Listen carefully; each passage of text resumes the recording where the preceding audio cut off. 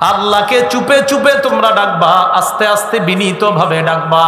ফাইন্নাকুম লাইসা তাদউনা আসাম্মা ওয়ালা গায়িবা, তোমরা এমন রবকে ডাকছো না যেই রব বধির, তোমরা এমন রবকে ডাকো না যেই রব অনুপস্থিত, এমন রবকে তোমরা ডাকতেছো না। তাহলে ইন্নাকুম তাদউনা সামিআন করিবা, তোমরা এমন রবকে ডাকো যেই রব সবচেয়ে বেশি শোনেন আর যেই রব তোমার সবচেয়ে নিকটে। ওয়া মাআকুম, তিনি তোমাদের সাথে আছেন। আলহামদুলিল্লাহ আলহামদুলিল্লাহি ওয়া কাফা ওয়া সালামুন আলা ইবাদিহিল্লাযীনা ইসতাফা। আম্মা বা'দু ফাআউযু বিল্লাহি মিনাশ শাইতানির রাজীম। বিসমিল্লাহির রহমানির রহিম। ওয়ামা খালাকতুল জিন্না ওয়াল ইনসা ইল্লা লিয়াবুদুন। সূরাতুজ জারিয়াতের 56 নম্বর আয়াতে কারিমা তেলাওয়াত করলাম। হাফিজি কোরআন মাজিদ অনুযায়ী 27 নম্বর পারার 2য় পৃষ্ঠা। আয়াতে আল্লাহ পাক রব্বুল আলামিন বলেন, ওয়ামা খালাকতুল জিন্না ওয়াল ইনসা ইল্লা লিয়াবুদুন, জিন ইনসানকে আমি সৃষ্টি করেছি আমার ইবাদত করার জন্য। এটা হলো আয়াতের মূল উদ্দেশ্য অনুবাদের। যদিও অনুবাদটা এমন, জিন ইনসান তাদেরকে আমি অন্য কোনো উদ্দেশ্যে সৃষ্টি করিনি, তবে সৃষ্টি করেছি এই উদ্দেশ্যে যে তারা আমার ইবাদত করবে। টোটাল বিষয়টা মিলাইলে দাঁড়ায়, জিন ইনসানকে আল্লাহ সৃষ্টি করেছেন ইবাদত করার জন্য। আপনারা যদি মনোযোগ সহকারে আলোচনাটি শুনতে পারেন, আশা করি আমরা সকলে মিলেমিশে কিছু শিখতে পারবো ইনশাআল্লাহ। ইবাদত সংক্রান্ত 5টি আলোচনা আপনাদের সামনে পেশ করব ইনশাআল্লাহ। 1 নম্বর, ইবাদতের আবিধানিক পারিভাষিক অর্থ। 2 নম্বর, কোরআনে মৌলিকভাবে ইবাদত সম্পর্কে কি বলা হয়েছে। 3 নম্বর, হাদিসে ইবাদত সম্পর্কে কি কি এসেছে সাধারণত। ইবাদত শব্দটা কেমন কেমন অর্থে এসেছে বা এই জাতীয় কিছু প্রয়োগ হাদিস থেকে জানব। 4 নম্বর, উপকারিতা লাভের দিক থেকে ইবাদত 2 প্রকার।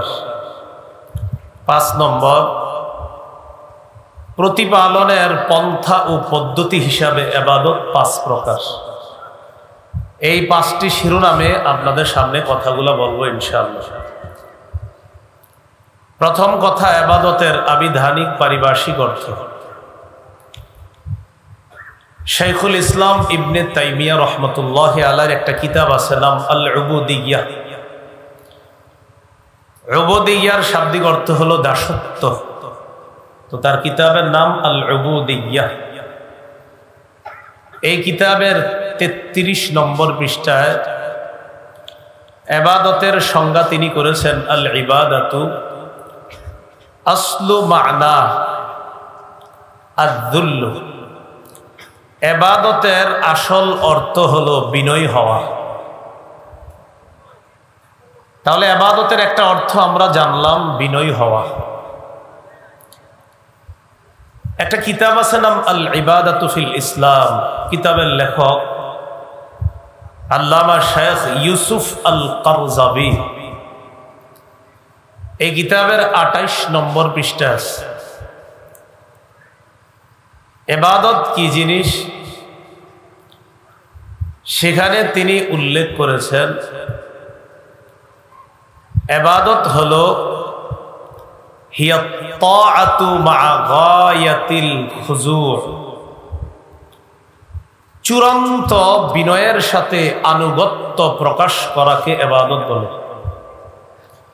চূড়ান্ত পর্যায়ের বিনয় প্রকাশ করে আনুগত্য করাকেই ইবাদত বলে। তিনি আরো লেখেন কুল্লু খুদুইন লাইসা ফাওকাহু খুদু', প্রত্যেক বিনয় যেই বিনয়ের উপর আর কোনো বিনয় হয় না এটাকেই ইবাদত বলে। যেই বিনয়ের চেয়ে আর বিনয় হতেই পারে না এটাকে বলা হয় ইবাদত।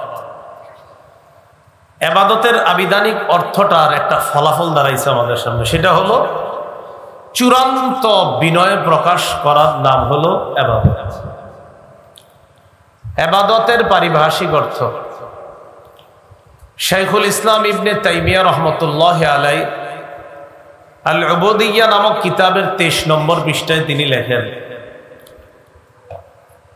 আল ইবাদাহ ইসমুন জামিউন লিকুল্লি মা ইউহিব্বুহুল্লাহু ওয়া ইয়ারদা মিনাল আফআলি ওয়াল আ'মালিল বাতিনাতি ওয়াজ যাহিরা। প্রকাশ্য এবং আভ্যন্তরীণ যেই সমস্ত ইবাদত বন্দেগী, চাল চলন, কথাবার্তা আল্লাহকে রাজি করে খুশি করে এটাকেই ইবাদত বলে। ইবাদত কথাবার্তা চাল চলন সেটা প্রকাশ্যে হোক গোপনে হোক, যেটা আল্লাহকে খুশি করে রাজি করে এটাকেই কি বলে ইবাদত। ইমাম কুরতুবী রহমতুল্লাহ আলাই ইবাদতের সংজ্ঞা করেছেন তাফসিরে কুরতুবী 1 নম্বর খণ্ড 255 নম্বর পৃষ্ঠা।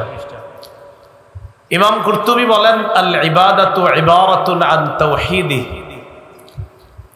তিনি বলেন আল ইবাদা, ইবাদত হলো ইবারাতুন আন তাওহীদিল্লাহ, আল্লাহর একত্ববাদ স্বীকার করার নাম হলো ইবাদত। ওয়ালতিজামি শারাঈ দীনিহি, দ্বীনের নিয়ম কানুন পালন করা হলো ইবাদত। ওয়া আসলুল ইবাদাতি আল খুজু, ইবাদতের মূল হলো বিনয়ী হওয়া। এটা ইমাম কুরতুবীর ইবাদতের পারিভাষিক সংজ্ঞা। এগুলো আজকের আলোচনার প্রথম কথা। আজকের আলোচনার দ্বিতীয় কথা, কোরআনে মৌলিকভাবে ইবাদত সম্পর্কে কি বলা হয়েছে একটু যদি আমার সাথে বলেন। বলেন, ধরনের দিক থেকে ইবাদত 2 প্রকার। ধরন মানে এটা এই ধরনের, উনি এই ধরনের বলি না আমরা, এরকম ধরনগত দিক থেকে ইবাদত 2 প্রকার কোরআনে আসছে। এক আল উবুদিয়্যাতুল আম্মাহ, সাধারণ ইবাদত। আরেকটা আল উবুদিয়্যাতুল খাসা, বিশেষ ইবাদত। সাধারণ ইবাদতের মধ্যে সমস্ত সৃষ্টি শামিল।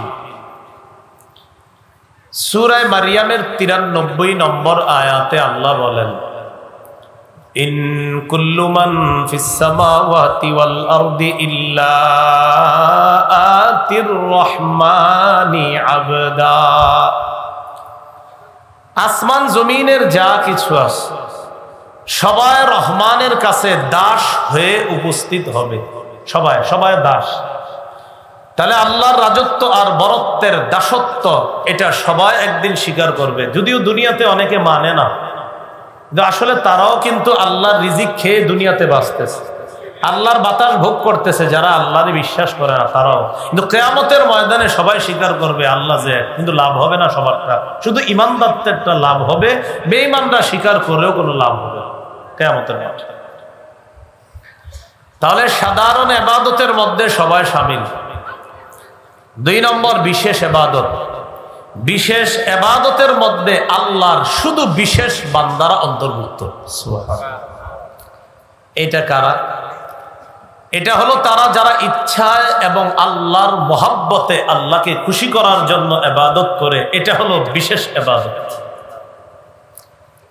যেমন সূরা ফুরকানের 63 নম্বর আয়াতে আল্লাহ বলেন, ওয়া ইবাদুর রহমানিল্লাযীনা ইয়ামশুনা আলাল আরদি হাওনা ওয়া ইযা খাতাবাহুমুল জাহিলুনা ক্বালু সালামা। রহমানের প্রকৃত বান্দা তারা যারা পৃথিবীতে বিনয়ী হয়ে হাঁটে, নম্র হয়ে হাঁটে, অহংকার পরিহার করে চলে। ওয়া ইযা খাতাবাহুমুল জাহিলুনা ক্বালু সালামা। মূর্খরা যখন তাদের সাথে তর্ক করতে চায়, মূর্খরা যখন তাদের সাথে তর্কে জড়িয়ে যায়, তখন তারা বলে আসসালামু আলাইকুম, তোমার সাথে আমার কথা বলার সময় নেই, সালাম দাও। এই রহমানের বান্দারা যে দুনিয়াতে নম্র হয়ে বিনয়ী হয়ে চলে, এরা হলো আল্লাহর বিশেষ বান্দা, বিশেষ ইবাদত যারা করে তারা। সূরা জুমারের 17-18 নম্বর আয়াতে আল্লাহ বলেন, ফাবাশশির ইবাদিল্লাযীনা ইসতামিউনাল কাওলা ফায়াত্তাবিউনা আহসানা। নবী, আপনি আমার বান্দাদেরকে সুসংবাদ দেন। আমার বিশেষ বান্দা কারা? আল্লাযীনা ইসতামিউনাল কাওলা ফায়াত্তাবিউনা আহসানা, যারা কথা মনোযোগ দিয়ে শুনে আর কথার মধ্যে সবচেয়ে উত্তম যে কথাগুলো সেগুলোর অনুসরণ করে তাদের জীবন তারা পরিচালিত করে। এরা হলো আল্লাহর বিশেষ বান্দা। আল্লাহ আমাদের সকলকে, এখানে যারা আছে, আমরা যেন আল্লাহর বিশেষ বান্দাদের অন্তর্ভুক্ত হয়ে দুনিয়া থেকে বিদায় নিয়ে বিশেষ বান্দাদের অন্তর্ভুক্ত হয়ে জান্নাতি হতে পারি। আল্লাহ তৌফিক দান করেন। এ হলো ধরনের দিক থেকে কোরআনে মৌলিকভাবে দুই প্রকার ইবাদত বা দাসত্ব পেয়ে গেলাম, একটা সাধারণ দাসত্ব আর একটা বিশেষ দাসত্ব। সাধারণ দাসত্বে সবাই শামিল, বিশেষ দাসত্বে বিশেষ বান্দারা অন্তর্ভুক্ত। আজকের আলোচনার 3 নম্বর আলোচনা, হাদিসে ইবাদতের কিছু ব্যবহার আমরা দেখে নিই। আবু দাউদ হাদিস নম্বর 1479 নম্বর হাদিস, 1479 নম্বর হাদিস। এই হাদিসের বর্ণনাকারী নুমান ইবনে বশীর রাদিয়াল্লাহু তাআলা আনহু, তিনি বলেন, আনিন নুমান ইবনে বশীর রাদিয়াল্লাহু তাআলা আনহু قال قال رسول الله صلى الله عليه وسلم الدعاء هو العبادة। নুমান ইবনে বশীর রাদিয়াল্লাহু তাআলা আনহু বলেন, রাসূলুল্লাহ সাল্লাল্লাহু আলাইহি সাল্লাম বলেছেন, দোয়া করাটাই ইবাদত। সুবহানাল্লাহ। বলেন, দোয়া করাটাই কি? ইবাদত। তাহলে হাদিসে ইবাদতের একটা ব্যবহার পেলাম আমরা, যে নবী বলছে আদ-দুআউ হুয়াল ইবাদা, দোয়াটাই ইবাদত। তাহলে আমরা যারা দোয়া করি, দোয়ার সময় অলসতা না করা, দোয়ার সময় এদিক সেদিক না তাকানো, দোয়ার সময় মাথা না খুঁটা, নাক না খুঁটা, অলস ভঙ্গিতে দোয়া না করে, আবু দাউদের 1488 নম্বর হাদিস অনুযায়ী বুক বরাবর হাত উঠিয়ে অত্যন্ত কাকুতি মিনতি করে বিনয়ের সাথে আল্লাহর কাছে দোয়া করব ইনশাআল্লাহ। হাদিস থেকে ইবাদতের আরেকটা ব্যবহার দেখে নিই। তিরমিজির বর্ণনা 2201 নম্বর হাদিস, সহিহ মুসলিমে হাদিসটা। এই হাদিসের বর্ণনাকারী রাসূলের সাহাবী মাকিল ইবনে ইয়াসার রাদিয়াল্লাহু তাআলা, তিনি বলেন, قال رسول الله صلى الله عليه وسلم العبادة في الهرج كهجرة إلي। রাসূলুল্লাহ সাল্লাল্লাহু আলাইহি সাল্লাম বলেন, কলহ বিপর্যয়ের সময়, ফিতনা ফাসাদের সময় ইবাদত করা আমি নবীর কাছে হিজরত করার সমতুল্য। এই যে এখন কলহ বিপর্যয় চলতেছে, এই কলহ বিপর্যয়ের সময় ইবাদত করা নবী বলেন আমার কাছে হিজরত করার সমতুল্য। ইবাদতের আরেকটা ব্যবহার দেখি। হাদিসের কিতাব মুসনাদে আহমদ 6895 নম্বর হাদিস। এই হাদিসের বর্ণনাকারী আব্দুল্লাহ ইবনে আমর ইবনুল আস রাদিয়াল্লাহু তাআলা আনহুমা। এই হাদিসের মধ্যে আছে, قال رسول الله صلى الله عليه وسلم إن العبد إذا كان على طريقة حسنة من العبادة ثم مرض قيل للملك المؤكل به اكتب له بمثل عمله إذا كان طليقا।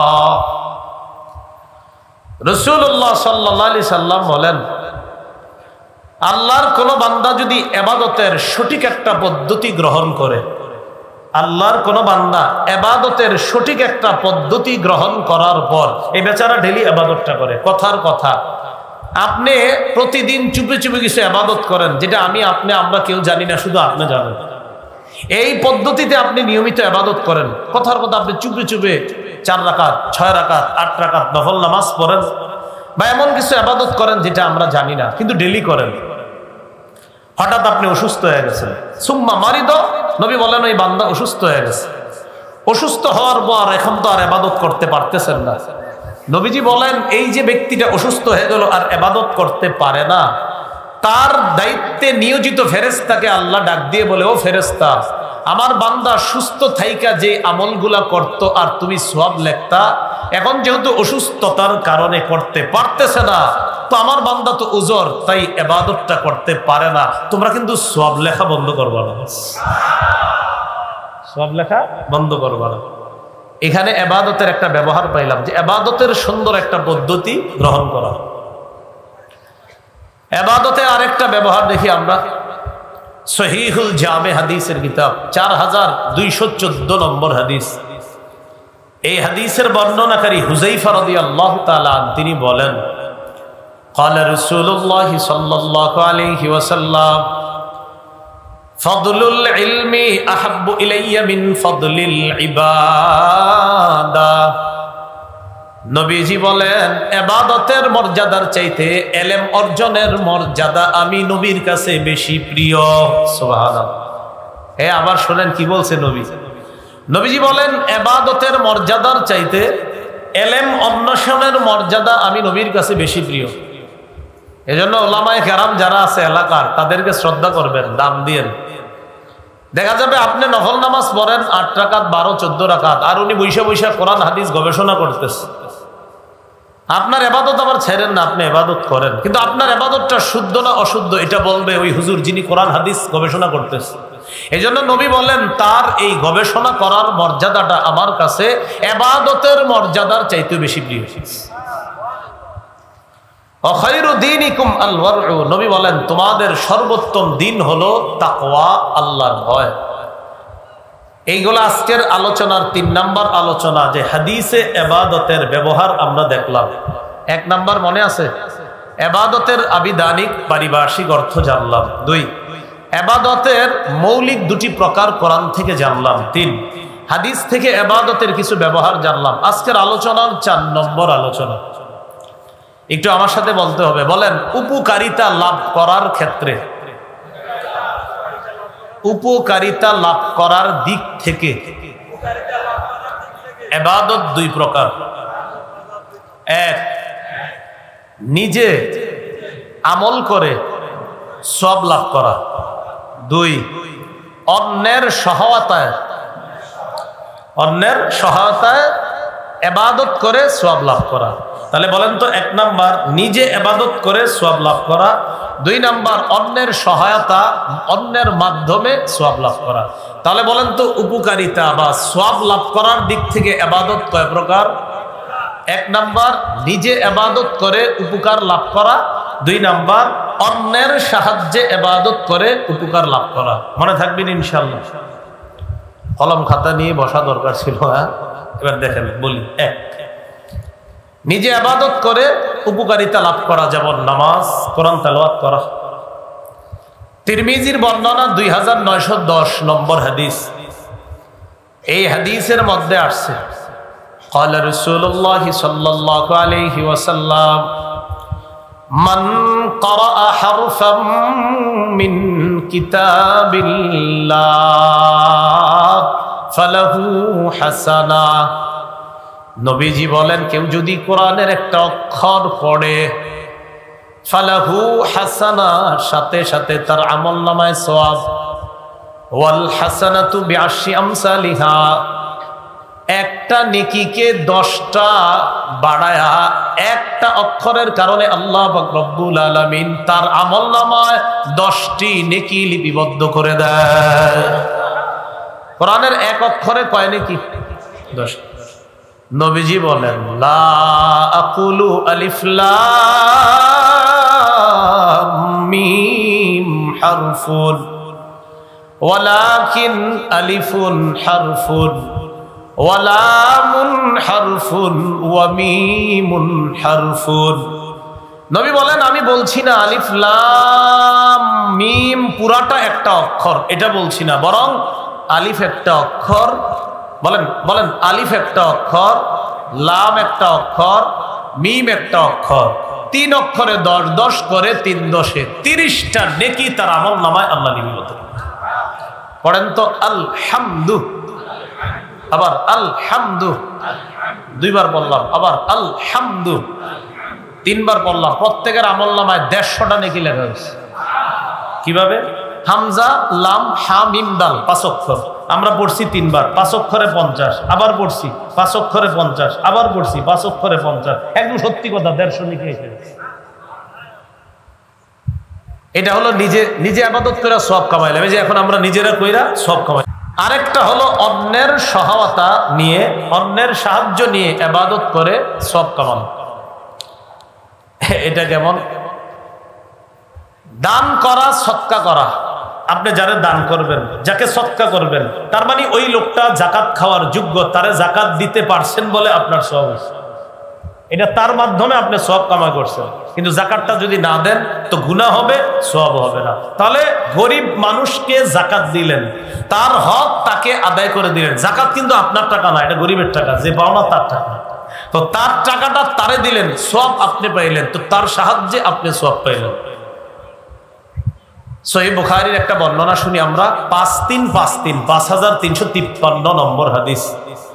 এই হাদিসের মধ্যে আসছে قال رسول الله صلى الله عليه وسلم الساعي على الأرملة والمسكين كالمجاهد في سبيل الله।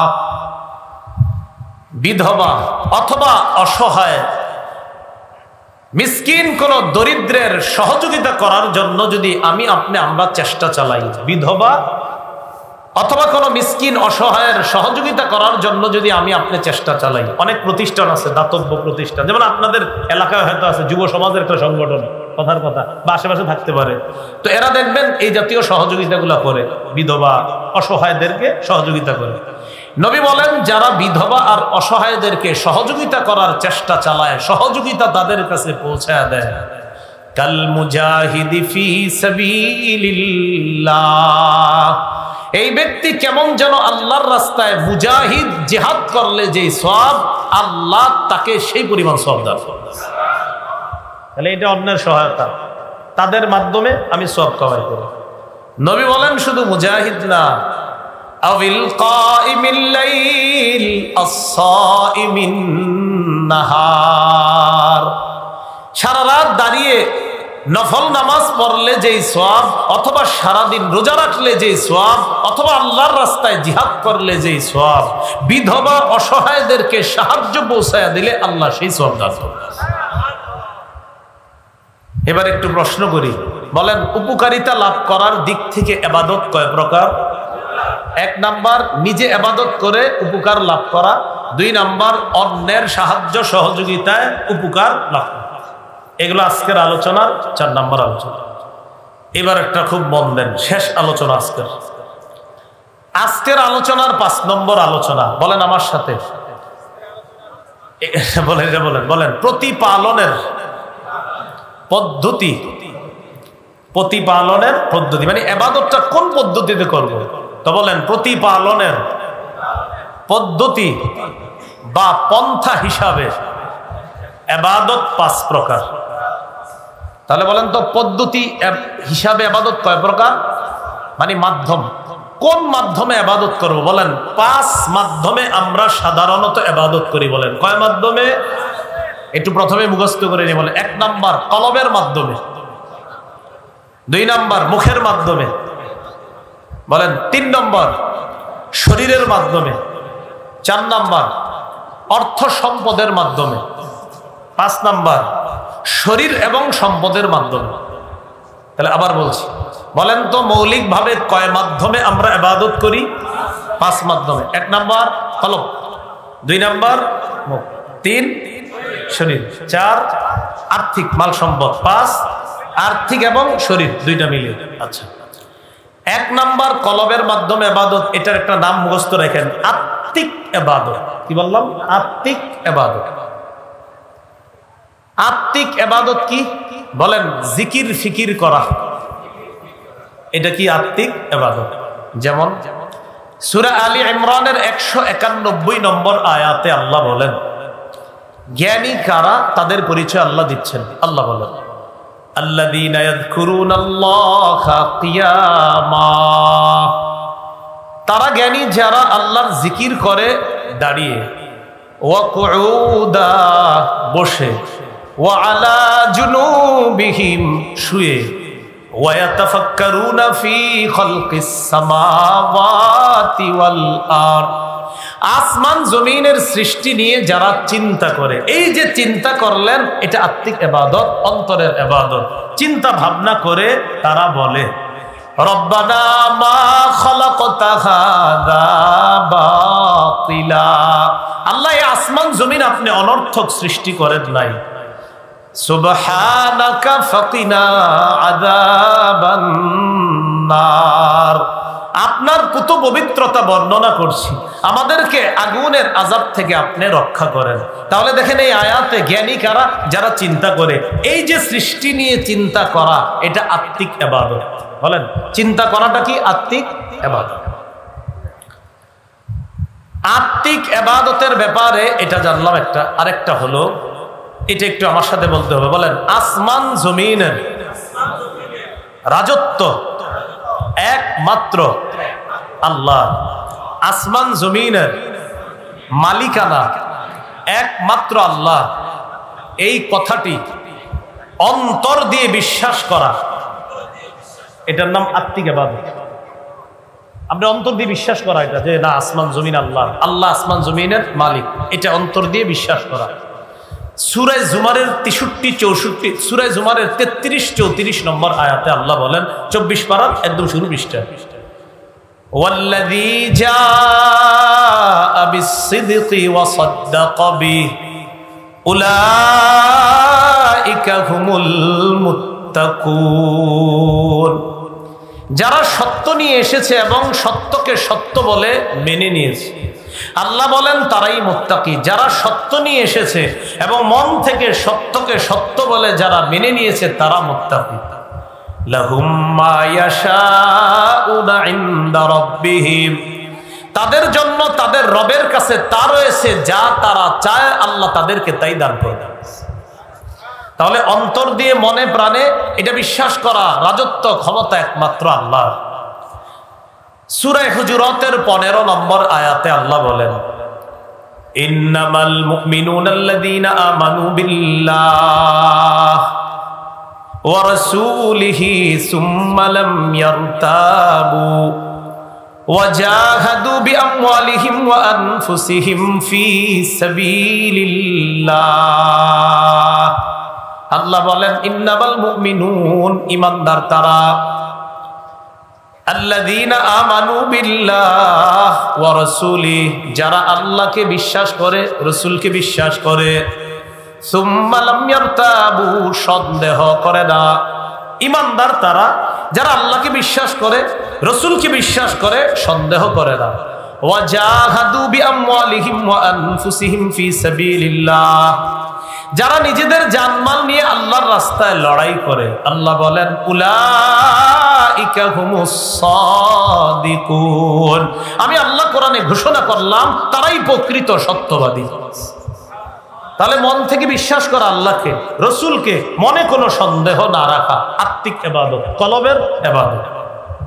আরেকটা উদাহরণ নেন, সহিহ বুখারীর 44 নম্বর হাদিস। কোন কিতাব?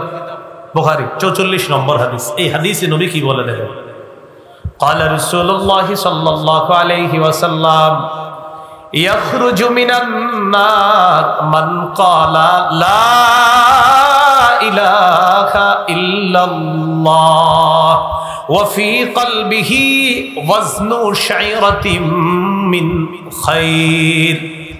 কোন ব্যক্তি যদি বলে লা ইলাহা ইল্লাল্লাহ, আর যদি তার অন্তরের মধ্যে জব পরিমাণ কল্যাণ থাকে, জব পরিমাণ কল্যাণ, জব পরিমাণ কল্যাণ, এই কল্যাণ দ্বারা উদ্দেশ্য অন্য বর্ণনায় ঈমান, জব পরিমাণ ঈমান যদি কারো অন্তরে থাকে, ইয়াখরুজু, নবী বলেন ওই ব্যক্তি জাহান্নাম থেকে বের হবে। ইয়াখরুজু, বের হবে। মান, ওই ব্যক্তি কালা, যে বলে লা ইলাহা ইল্লাল্লাহ, আল্লাহ ছাড়া কোনো ইলাহ নাই, আর তার কলবে যদি জব পরিমাণ কল্যাণ থাকে, ঈমান থাকে, সে একদিন জাহান্নাম থেকে বের হয়ে জান্নাতে যাবে। কোথায় থাকে? কলবে। কোথায় ঈমানটা থাকবে? কলবে। এরপরে কি বলে দেখেন, ওয়াখরুজু মিনান নার মান ক্বালা লা ইলাহা ইল্লাল্লাহ ওয়া ফি কলবিহি ওয়াজনু শাইরাতিন মিন খায়র বুররাতিন মিন খায়র। যে ব্যক্তি বলে লা ইলাহা ইল্লাল্লাহ আর তার অন্তরের মধ্যে যদি গম পরিমাণ ঈমান থাকে, আগে বলছে জব, এবার বলতেছে গম পরিমাণ ঈমান যদি তার অন্তরে থাকে, ইয়াখরুজু, সে জাহান্নাম থেকে একদিন বের হয়ে যাবে। এরপরে কি বলে দেখেন, বলেন অনুপরিমাণ, বলেন এই অনুপরিমাণ ঈমান যদি কারো কলবে থাকে, নবী বলেন ইয়াখরুজু মিনান নার মান ক্বালা লা ইলাহা ইল্লাল্লাহ ওয়া ফি কলবিহি মিসকালু যাররাতিন মিন খায়র। কারো অন্তরে যদি অনুপরিমাণ কল্যাণ থাকে, কল্যাণ দ্বারা উদ্দেশ্য ঈমান থাকে, আর সে যদি লা ইলাহা ইল্লাল্লাহ বলে, এই ব্যক্তিও অনুপরিমাণ খাঁটি ঈমানের কারণে ইয়াখরুজু, একদিন জাহান্নাম থেকে বের হয়ে যাবে। তাহলে বলেন তো কোথায় থাকতে হবে ঈমান? কলবে, সন্দেহ করা যাবে না। বলেন এটা আত্মিক ইবাদত। বলেন তো কি ইবাদত? আত্মিক ইবাদতের মধ্যে আরেকটা হলো, বলেন ইখলাস। ইখলাসটাও কি ইবাদত? আত্মিক ইবাদত বা বিশুদ্ধ নিয়ত, এটাও আত্মিক ইবাদত। সূরা আনআমের 52 নম্বর আয়াতে আল্লাহ বলেন, ওয়ালা তাতরুদিল্লাযীনা ইয়াদউনা রাব্বাহুম বিল গাদাতি ওয়াল আশিয়্যি ইউরিদুনা ওয়াজহা। নবী, আপনি তাদেরকে তাড়িয়ে দিবেন না যারা তাদের রবকে সকাল সন্ধ্যায় ডাকে, রবের সন্তুষ্টি অর্জন করার জন্য দিল থেকে ইখলাসের সাথে রবকে ডাকে। হাবিব, আপনি তাদেরকে তাড়িয়ে দিবেন না। রবকে ডাকে, দিল থেকে ডাকে, ইখলাসের সাথে ডাকে, তাদেরকে আপনি তাড়িয়ে দিবেন না। ইবনে মাজাহ 3056 নম্বর হাদিস, এই হাদিসের মধ্যে আসছে, ক্বালা রাসূলুল্লাহ সাল্লাল্লাহু আলাইহি ওয়াসাল্লাম সালাসুন লা ইউগিল্লু আলাইহিন্না কলবু মুমিন। তিন ব্যক্তির তিনটি ব্যাপারে মুমিনের অন্তর প্রতারণা করতে পারে না। একটু বলি, আমরা মুখস্থ হয়ে যাবে। বলেন কয় ব্যাপারে মুমিনের অন্তর প্রতারণা করতে পারে না? তিন ব্যাপারে। তিনটি ব্যাপারে মুমিনের অন্তর প্রতারণা করতে পারে না। এক নাম্বার, ইখলাসুল আমালি লিল্লাহ। মুমিন যত আমল করবে সব ইখলাসের সাথে করবে। এই ইখলাসের সাথে আমল করার ক্ষেত্রে মুমিনের অন্তর প্রতারণা করতে পারে না। দুই নাম্বার, ওয়ান নাসিহাতু লিউলাতিল মুসলিমিনা। দুই নাম্বার, মুসলিম শাসকদেরকে উপদেশ দেওয়ার ক্ষেত্রে মুমিনের অন্তর প্রতারণা করতে পারে না। মুসলিম শাসকদেরকে উপদেশ দেওয়ার ক্ষেত্রে, মুসলিম শাসক ভুল করতেছে, তার ভুল ধরিয়ে দেওয়া, তাকে উপদেশ দেওয়ার ক্ষেত্রে মুমিনের অন্তর প্রতারণা করতে পারে না। তিন নাম্বার, ওয়ালুজুমু জামাআতিহিম। মুমিন জামাতবদ্ধ থাকার ক্ষেত্রে তার অন্তর প্রতারণা করতে পারে না। দেখেন, তিনটার মধ্যে একটা হলো ইখলাসের সাথে আমল করার ক্ষেত্রে মুমিনের অন্তর প্রতারণা করে না। আল্লাহ আমাদের সকলকে আত্মিক ইবাদত তথা ইখলাস বা বিশুদ্ধ নিয়ত আমরা যেন আরো মজবুত ভাবে অন্তরে ধারণ করতে পারি, আল্লাহ তৌফিক দান করুন। এই হলো আত্মিক ইবাদত। সহিহ বুখারীর বর্ণনা 7501 নম্বর হাদিস। এই হাদিসটি হাদিসে কুদসি। একটু মন দিয়ে শুনেন আল্লাহ কি বলে। ক্বালা রাসূলুল্লাহ সাল্লাল্লাহু আলাইহি ওয়াসাল্লাম, ক্বালা আল্লাহু আযজা ওয়া জাল্লা ফিল হাদিসিল কুদসি। আল্লাহ হাদিসে কুদসির মধ্যে বলেন, ইদা আরাদা আবদি আইয়ামালা সাইয়্যাতান ফালা তাকতুবুহা আলাইহি হাত্তা ইয়ামালাহা। আল্লাহ বলেন, আমার বান্দা যখন কোনো গুনাহের ইচ্ছা করে, ও ফেরেশতারা, গুনাহটা না করা পর্যন্ত তার গুনাহ লেখবা না। সুবহানাল্লাহ। আল্লাহ বলেন, আমার বান্দা যখন কোনো গুনাহের ইচ্ছা করে, গুনাহটা না করা পর্যন্ত তার গুনাহ লেখবা না। ফাইন আমিলাহা ফাকতুবুহা বিমিসলিহা।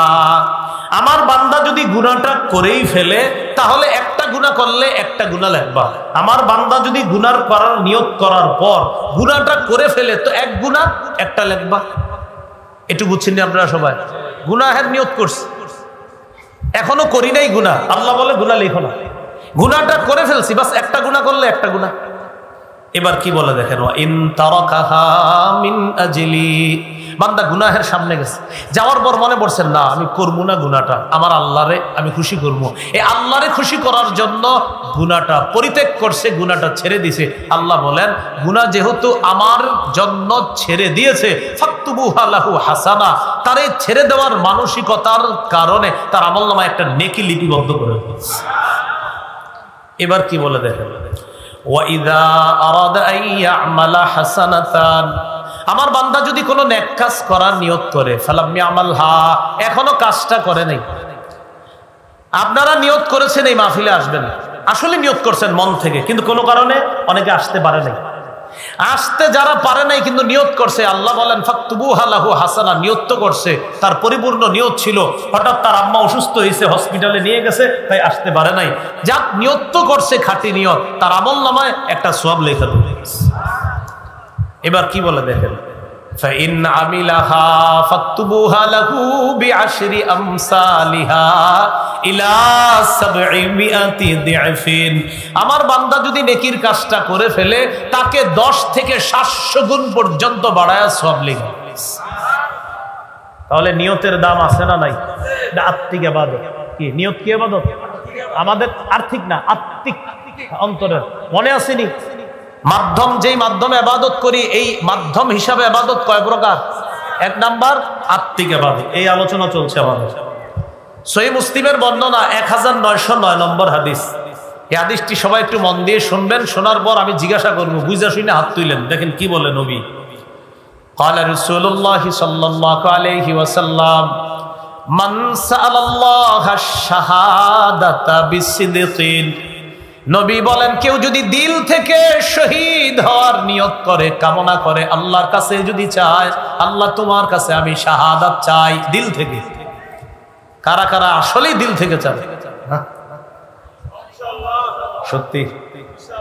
হ্যাঁ, আমার আগে নাগেশের পিসা হুজুর বলছে না ফিলিস্তিনের পক্ষে কারা কারা, তখন তো আপনারা সবাই জোর দিয়ে বলছেন, এখন কিন্তু এইভাবে আস্তে আস্তে টেনশনে পড়ে গেছে, আসলেই কি নিয়ত আছে? নবী বলেন কেউ যদি সত্যিকার অর্থে দিল থেকে শাহাদাতের নিয়ত করে, বাল্লাগাহুল্লাহু মানাজিলাশ শুহাদা ওয়া ইন মাতা আলা ফিরাশিহি, ওই ব্যক্তি যদি তার ঘরের বিছানায়ও মারা যায় আল্লাহ তাকে শহীদদের মর্যাদায় পৌঁছায় দিবে। তাহলে এইবার দেখি কার কার নিয়ত আছে শাহাদাতের, আল্লাহ কবুল করে। তাহলে আবার বলছি দেখেন, ও আমাদের ওই যে শিল্পী অন্ধ হামেশা, উনি তো কত সুন্দর গজলের মাধ্যমে আপনাদের কাছ থেকে জানতে চাইলো, তখন তো সবাই ঠিক ঠিক করে সমর্থন জানাইলেন। আল্লাহ আমাদের সকলের এই মনের নীলের তামান্না যেন আমরা যেন মজবুতির সাথে নিয়ত রাখতে পারি যে আল্লাহ যদি কখনো সুযোগ করে দেয় আমরা ইনশাল্লাহ শহীদ হওয়ার জন্য বসি। তাহলে কি জানলাম? দিল থেকে কেউ শহীদ হওয়ার নিয়ত করছে, ঘরের বিছানায়ও যদি মারা যায় আল্লাহ তাকে শহীদদের মর্যাদায় পৌঁছে দেবে। এলা আত্মিক ইবাদত, অন্তরটা আল্লাহ দেখে। আরেকটা দলিল আমরা শুনি, সহিহ বুখারী 2839 নম্বর হাদিস, 2839। এই হাদিসের মধ্যে আসছে আন্নান নবী সাল্লাল্লাহু আলাইহি ওয়াসাল্লাম কানা ফি গাযাতিন, আল্লাহ নবী এক লড়াইয়ের মধ্যে ছিলেন, জিহাদের মধ্যে ছিলেন।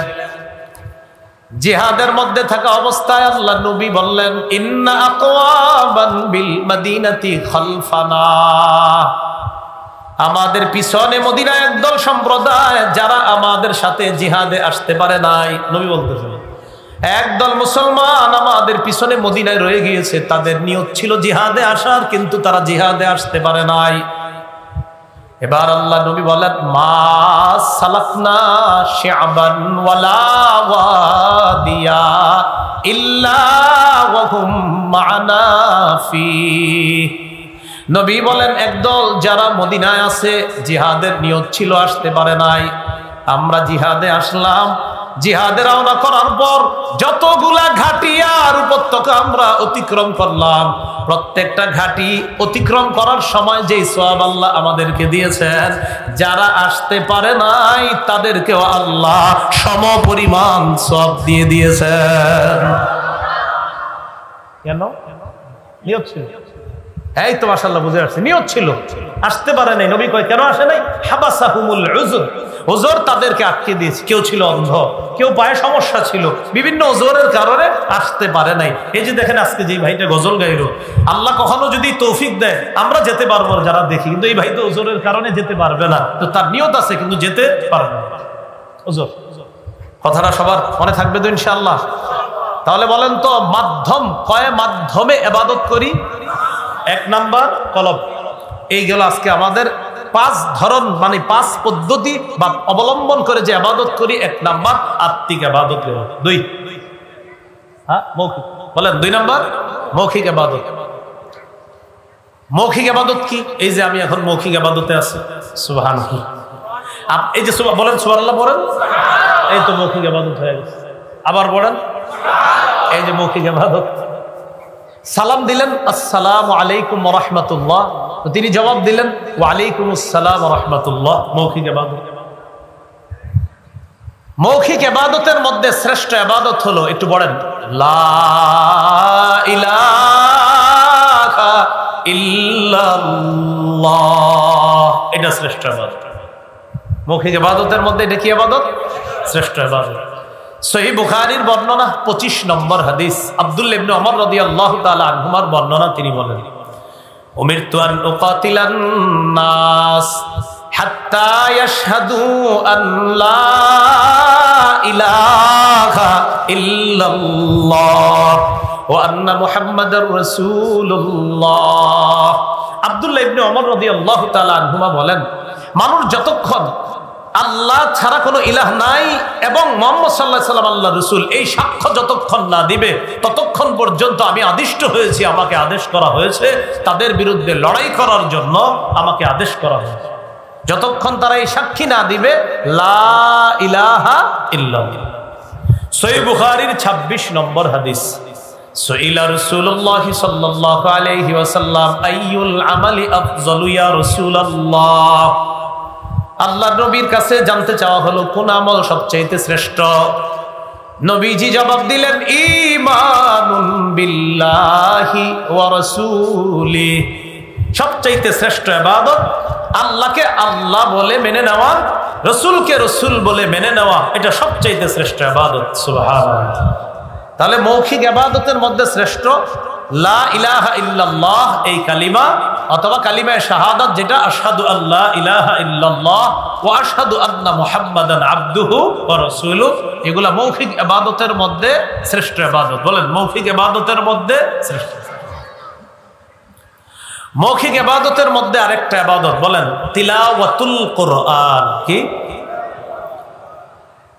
পড়ি? পড়েন আলহামদুলিল্লাহি রাব্বিল আলামিন। মৌখিক ইবাদত। কুল হুয়াল্লাহু আহাদ আল্লাহুস সামাদ লাম ইয়ালিদ ওয়া লাম ইউলাদ ওয়া লাম ইয়াকুল লাহু কুফুয়ান আহাদ। এটা কি ইবাদত? তাহলে একটা গেল লা ইলাহা ইল্লাল্লাহ শ্রেষ্ঠ, এরপরে জানলাম তিলাওয়াতুল কুরআন, কোরআনের তেলাওয়াত করা। সূরা কাহফের 27 নম্বর আয়াতে আল্লাহ বলেন, ওয়াতলু মা উহিয়া ইলাইকা মিন কিতাবি রাব্বিকা লা মুবাদদিলা লিকালিমাতি।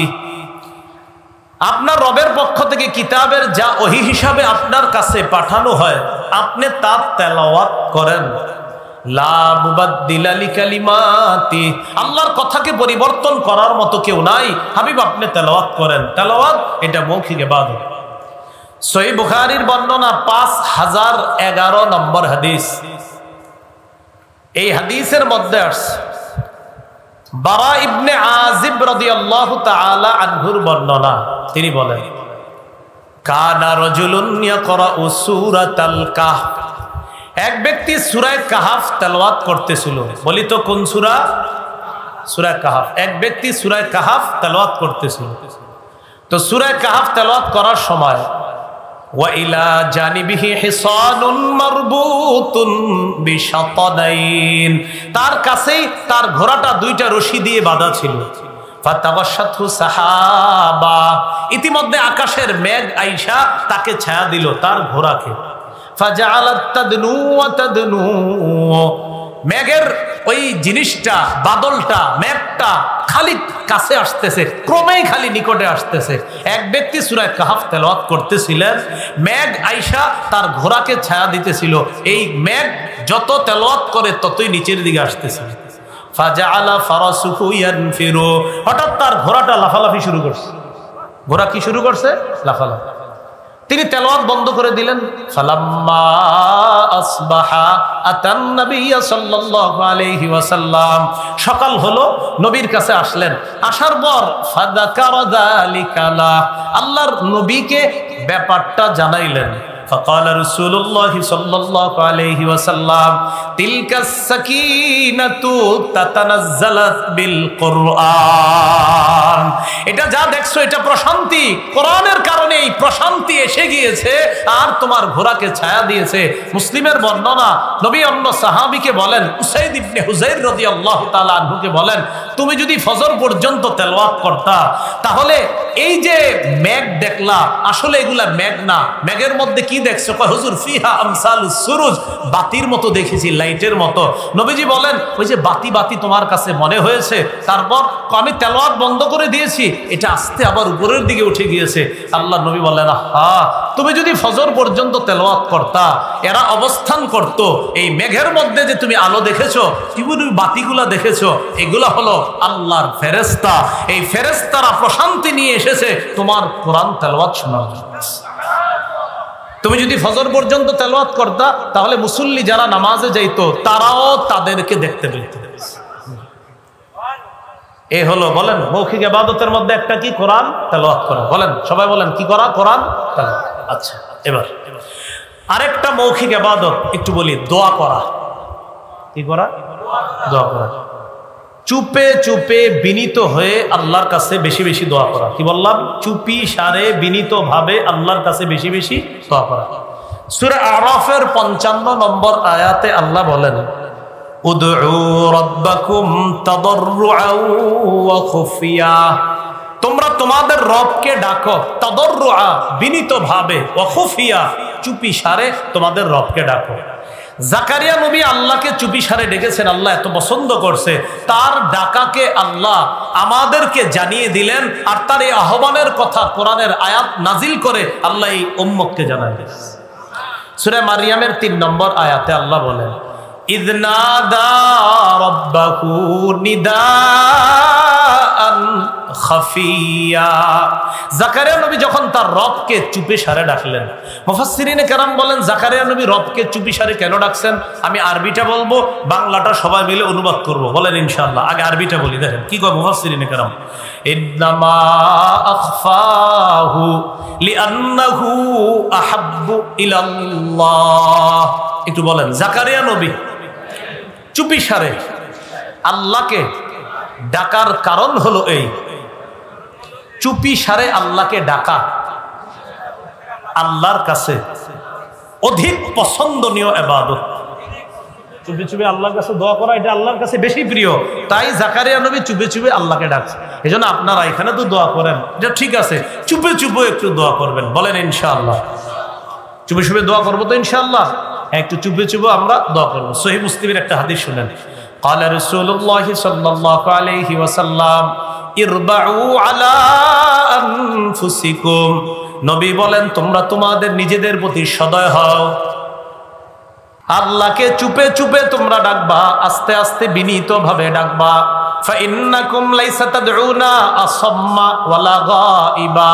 তোমরা এমন রবকে ডাকছো না যেই রব বধির, তোমরা এমন রবকে ডাকো না যেই রব অনুপস্থিত, এমন রবকে তোমরা ডাকতেছো না। তাহলে ইন্নাকুম তাদউনা সামিআন করিবা, তোমরা এমন রবকে ডাকো যেই রব সবচেয়ে বেশি শোনেন আর যেই রব তোমার সবচেয়ে নিকটে। ওহুয়া মাআকুম, তিনি তোমাদের সাথে আছেন। সাহাবায়ে কেরাম নবীরে প্রশ্ন করলেন, লাম্মা সাআলু রাসূলুল্লাহি সাল্লাল্লাহু আলাইহি ওয়াসাল্লাম ফাকালু আকারীবুন রাব্বুনা ফানুনাজিহি আম বাঈদুন ফানুনাদি। সাহাবায়ে কেরাম নবীর কাছে জানতে চাইলেন, ওগো আল্লাহর নবী, আমাদের রব কি আমাদের কাছে যে তাকে আস্তে আস্তে ডাকবো, নাকি আমাদের থেকে দূরে যে তাকে জোরে জোরে ডাকবো? আবার বলছি, সাহাবায়ে কেরাম নবীর কাছে প্রশ্ন করলেন, আমাদের রব কি কাছে যে তাকে আস্তে আস্তে ডাকবো, আমাদের রব কি দূরে যে তাকে জোরে জোরে ডাকবো? সাহাবারা নবীর জিজ্ঞাসা করলেন। আল্লাহ এই কথার জবাবে সূরা বাকারার 186 নম্বর আয়াত নাজিল করে দিয়েছে। আল্লাহ বলেন, ওয়াইদা সালাকা ইবাদি আন্নি ফাইন্নী করিব উজিবু দাওয়াতাদ দাঈ ইযা দাআন। আমার বান্দারা যখন আপনাকে আমার ব্যাপারে জিজ্ঞাসা করে, আপনি বলবেন আমি আল্লাহ তাদের অতি নিকটে।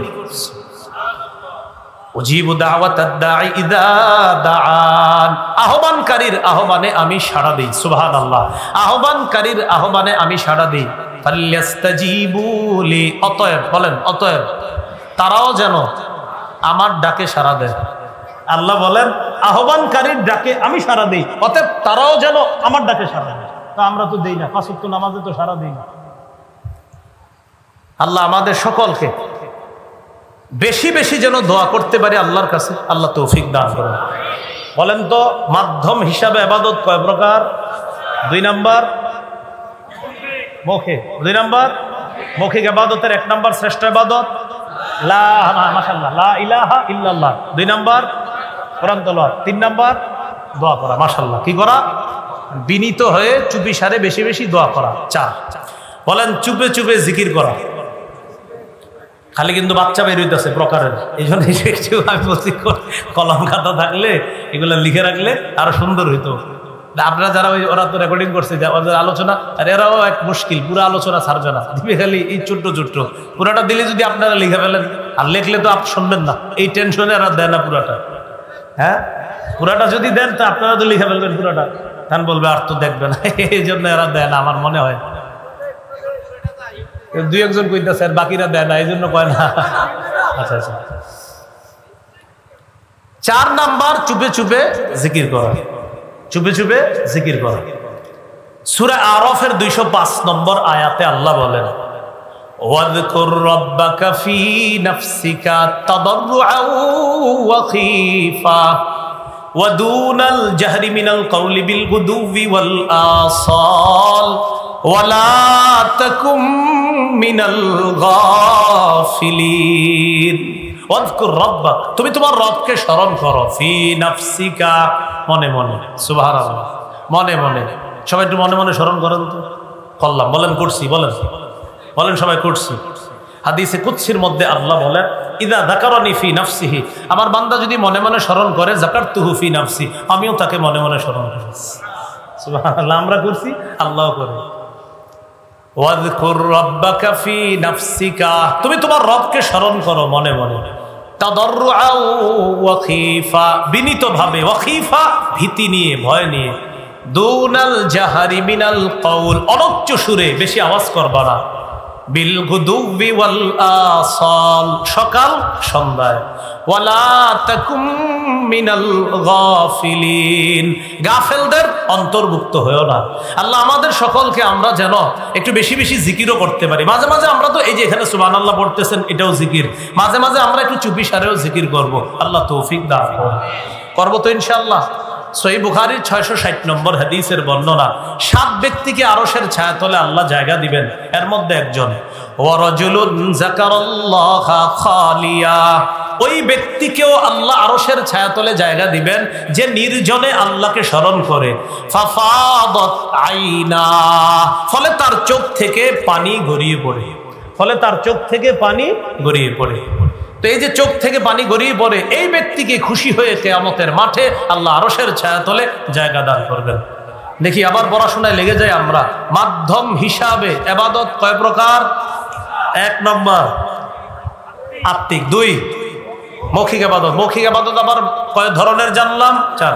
1 নম্বর লা ইলাহা ইল্লাল্লাহ, 2 নম্বর কোরআন, 3 নম্বর দোয়া, 4 নম্বর জিকির।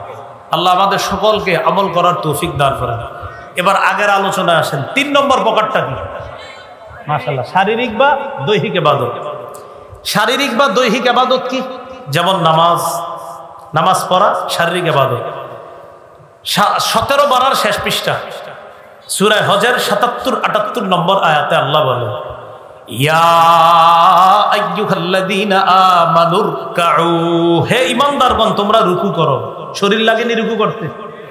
ওয়াসজুদু, সিজদা করো, শরীর লাগে। ওয়া'বুদু রাব্বাকুম, তোমরা তোমাদের রবের ইবাদত করো। ওয়াফআলুল খায়র, তোমরা কল্যাণের কাজ বেশি বেশি করো। লাআল্লাকুম তুফলিহুন, যাতে তোমরা সফল কাম হও। বলেন যাতে তোমরা সফল। তার শারীরিক ইবাদত গেল কি? নামাজ। বলেন শারীরিক ইবাদত কি গেল? নামাজ। 4 নাম্বার আর্থিক ইবাদত। আর্থিক ইবাদত কি? দান সদকা করা, যাকাত দেওয়া, এগুলা কি ইবাদত? আর্থিক ইবাদত। অর্থের মাধ্যমে দান সদকা করা, যাকাত দেওয়া, এগুলা আর্থিক ইবাদত। রাসূলুল্লাহ সাল্লাল্লাহু আলাইহি সাল্লাম বলেন, মান আতাহুল্লাহু মালা, আল্লাহ যাকে সম্পদ দিয়েছে আর যাকাতের মালিক হয়েছে সে, ফালাম ইউআদ্দি যাকাতা, সে তার সম্পদের যাকাত দেয় নাই, মুসিলা লাহু ইয়াউমাল কিয়ামাতি শুজাআন আকরা, কিয়ামতের ময়দানে বিষধর সাপে রূপান্তরিত হবে তার সম্পদ। এই সাপ আয়েশা তাকে বলবে, আনা কানজুকা আনা মালুকা, আমি তোমার সেই সম্পদ, আমি তোমার সেই মাল। সহিহ মুসলিমের বর্ণনায় যাকাত না দেওয়ার কারণে তার এই যাকাতযোগ্য সম্পদকে পাক বানানো হবে।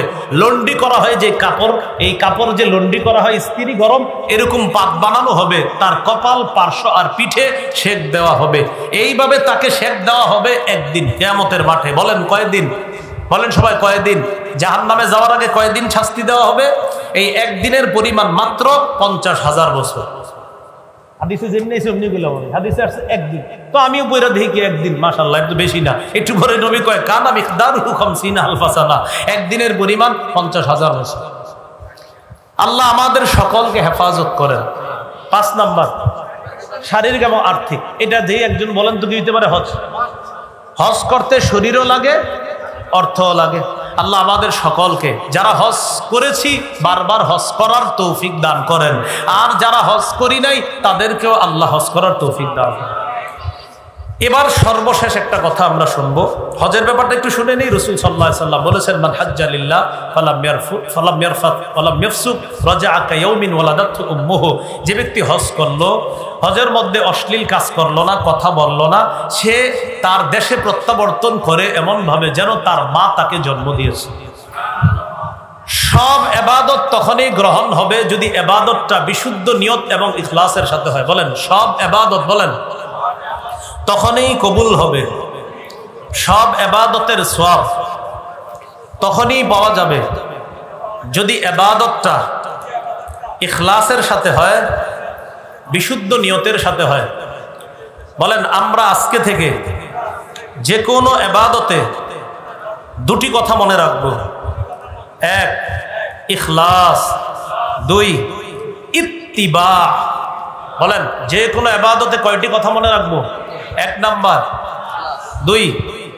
বলেন ইখলাস মানে ইবাদত আল্লাহর জন্য করা, ইত্তিবা মানে ইবাদত নবীজির পদ্ধতি অনুযায়ী করা। আল্লাহর জন্য ইবাদত করলে সেই ইবাদতটা হবে খাঁটি, নবীর পদ্ধতিতে ইবাদত করলে সেই ইবাদত হবে সঠিক।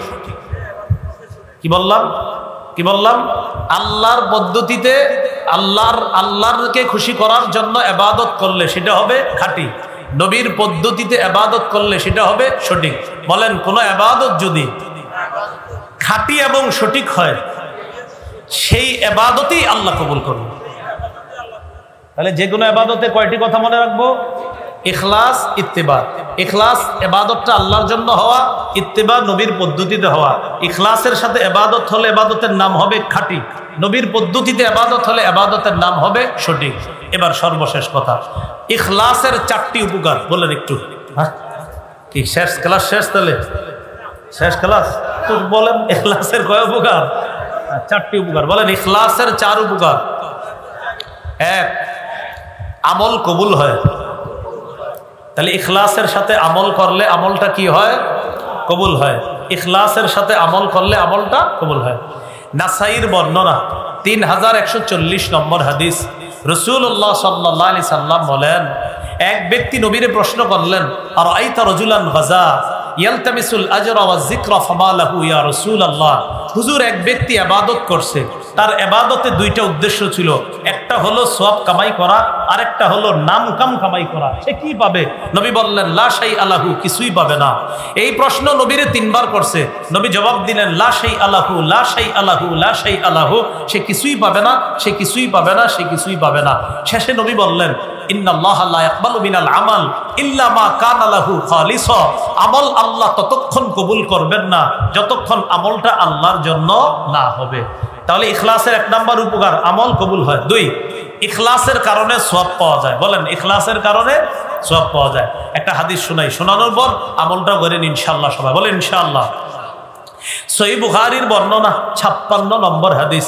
এই হাদিসের মধ্যে আসছে, সাদ ইবনে আবি ওয়াক্কাস রাদিয়াল্লাহু তাআলা আনহুকে আল্লাহর রাসূল বলেন, ইন্নাকা লান তুনফিকা নাফাকাতান তাবতাগি বিহা ওয়াজহাল্লাহ। তুমি আল্লাহর সন্তুষ্টির জন্য যখনই কিছু দান করবা, ইল্লা উজিরতা আলাইহা, সাথে সাথে তোমাকে সওয়াব দেওয়া হবে। এবার কি কয় দেখেন, হাত্তা মা তাজআলু ফি ফামি ইমরাতিক, এমনকি তোমার বিবির মুখেও যদি তুমি কিছু উঠায়া দাও, আর নিয়ত যদি থাকে আল্লাহরে খুশি করা, এই বিবির মুখে 1 লোকমা খাবার দেওয়ার কারণেও তোমাকে সওয়াব দেওয়া হবে। হাত্তা মা তাজআলু, হাত্তা মা তাজআলু ফি ফামি ইমরাতিক, বিবির মুখে আপনি 1 লোকমা খাবার তুলে দিলেন, এটা যদি নিয়ত করেন সওয়াবের নিয়ত, তা আল্লাহ আপনার আমল নামায় প্রতিদান দান করবেন। এমন মানুষ আছেন 20 বছর মনে হয় আমল করেন না, বিবির মুখে খাবার দেওয়া, কথার কথা। তো এটা কিন্তু অনেক দামি কাজ। এগুলো 2 নাম্বার, সব পাওয়া যায় ইখলাসের কারণে।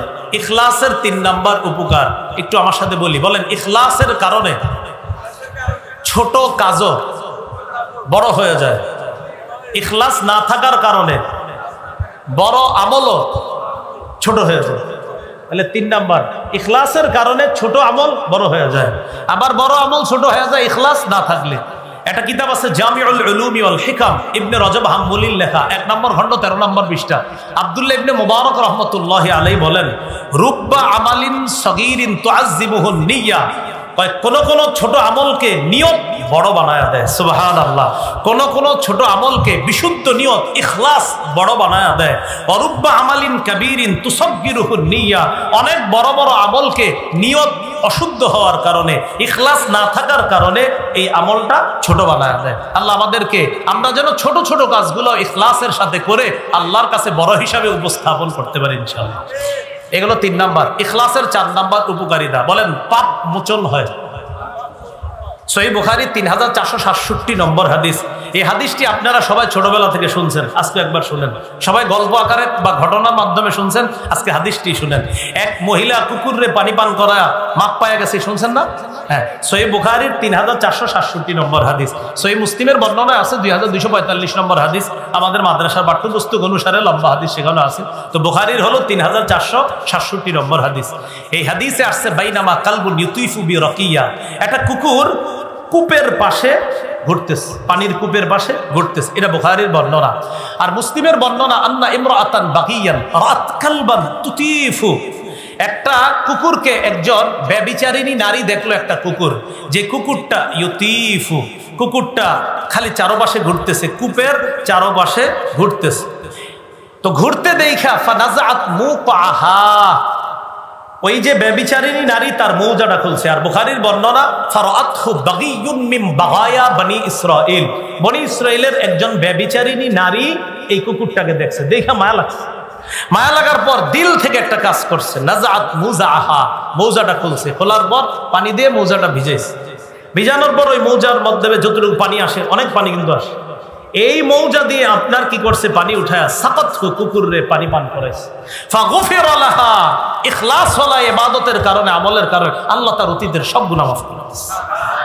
তাহলে ইখলাসের চারটা উপকার জানলাম। 1 নাম্বার কবুল হয়, 2 সওয়াব পাওয়া যায়, 3 ছোট আমলও ইখলাসের কারণে বড় হয়ে যায়, 4 নাম্বার ইখলাসের কারণে পাপ মোচন হয়। তাহলে যে কোনো ইবাদতে ইখলাস থাকা আর হলে ইত্তিবা থাকা, নবীর পদ্ধতি সুন্নাহ থাকা, সেটা সুন্নাহের আলাদা আলোচনা।